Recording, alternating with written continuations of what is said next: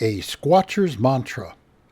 I have been asked by the Right Reverend Jeffrey Kelly and several other members of the Squatcher's Lounge to devise a mantra for those searching for the elusive beast, that a repetition of it would help to calm them in their frequent mental typhoons over all things squatchy.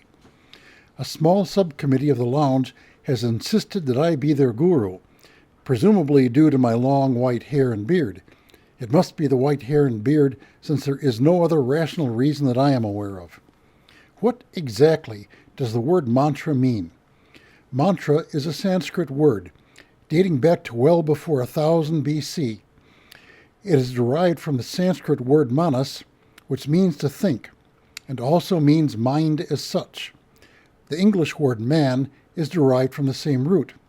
The second syllable tra means tool. Mantra therefore means tool to think by. In practice, a mantra is used to focus the mind and enable it to focus on the object of the mantra. More broadly, as the great tantric scholar Sir John Woodruff wrote, mantra in its most basal sense is the world viewed as and in its aspect of sound. Explaining that statement would be an essay in itself and not really amenable to a quasification by me.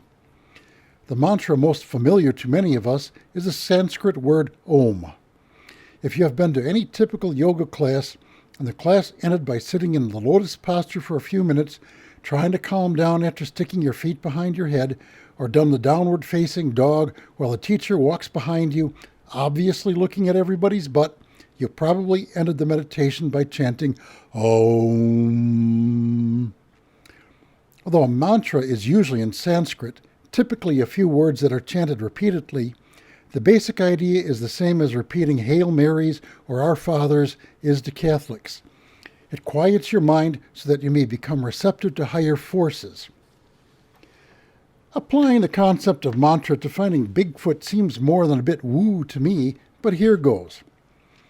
I constructed a 7-word mantra that, once you learn it, can easily be expanded to encompass more verses. I made it 7 words long because, as everyone knows, 7 is a lucky number. The first 3 words mean come by here and are from the African American Creole language of the South Carolina coastal islands. The meaning of the next 2 will be obvious, as will be the way it is chanted. The mantra should be repeated loudly for as long as you are out hunting our forest friends. A silent mental repetition should be used if the presence of bears or cougars is suspected. Wolves would suspect you of being a lost pack member and call back in response, so you'd be safe from them. I shall now reveal to you the mantra. Listen with devotion and an open heart. Feel free to join in once you have it memorized. Kumbaya, my squatch, kumbaya.